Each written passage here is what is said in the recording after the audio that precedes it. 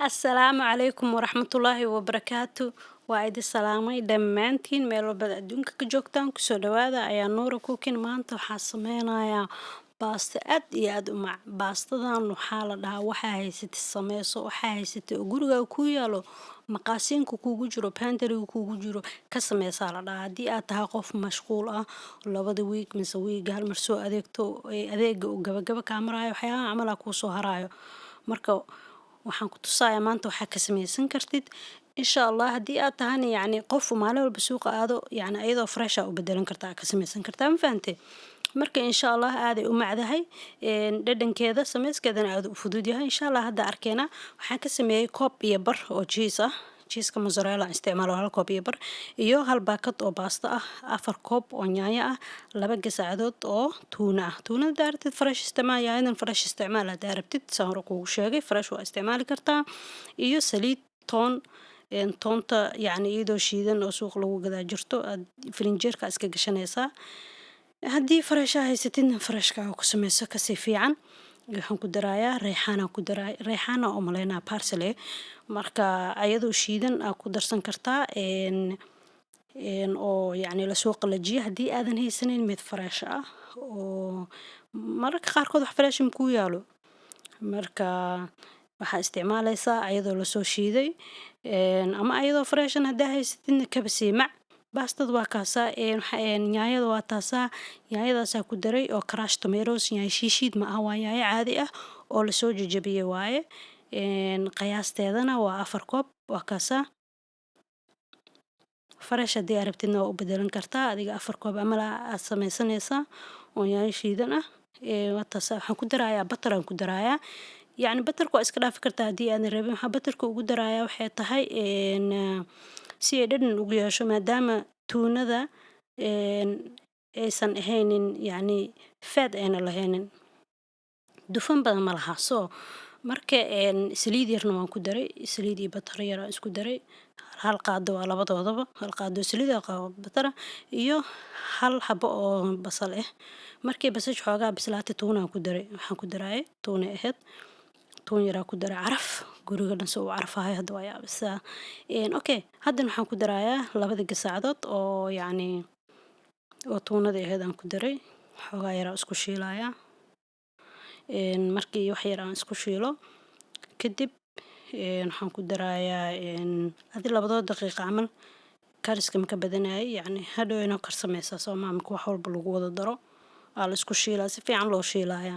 Hadda waxaan ku daray cusbo wax yar oo cusbo ah adiga teaspoon ka barkeed oo cusbo camal aan ku daray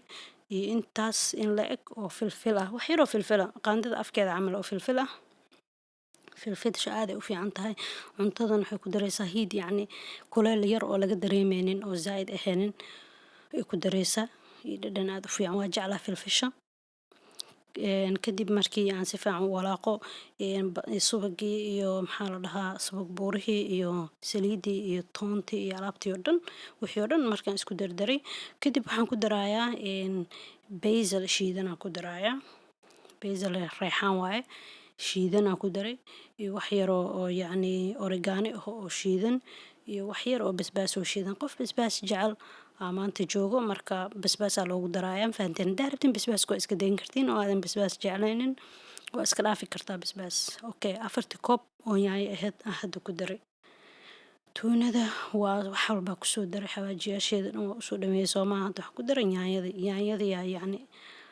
la qaybsanaysa hadda macaantii oo dhan waa la isku shiilayaa si fiican loo karinayaa kulligeed wixii aan isku wada dardaro dhan kaasaa waxaan ku darayaa xoogaa yar oo biyo ah si ay si fiican ugu karsanto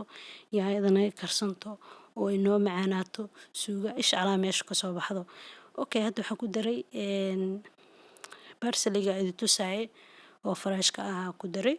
xoogaa yar hadda suugadan xaraa si fiican u karsanto adiga waxaan karinayaa adiga 20 daqiiqo ilaa iyo 30 daqiiqo camal aan karinayaa hanoo sii shiilanto mar walba u imaa walaaq.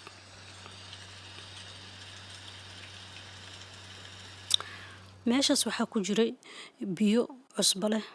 oo inaa cusbaysid waaye biyaha oo yacni ku karinaysid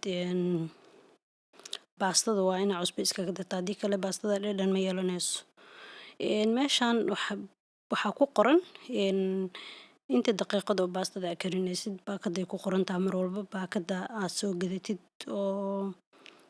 ay ku qoran tahay fiiri insha Allah. Kambani walba isma laho marka way kala duwan yihiin marka baastada way kartay haddaan gedinayaa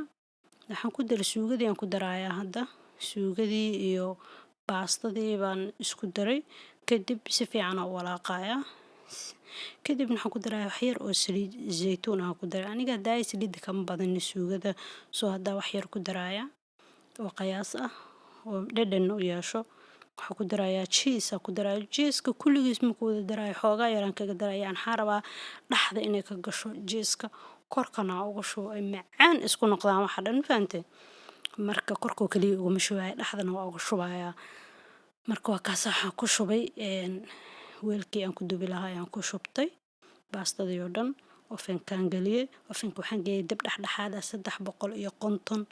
oo Fahrenheit waxaan geeyey waa adiga 180 Celsius ah dadka Celsius ka isticmaalo adiga waxaan kaliya muddo 25 daqiiqo camal ah inta ii sii karayso alaabtan iska sii dhaqsi hoosha iiga kala yaraato saasaa fiican in la sameeyo waatana way bislaatay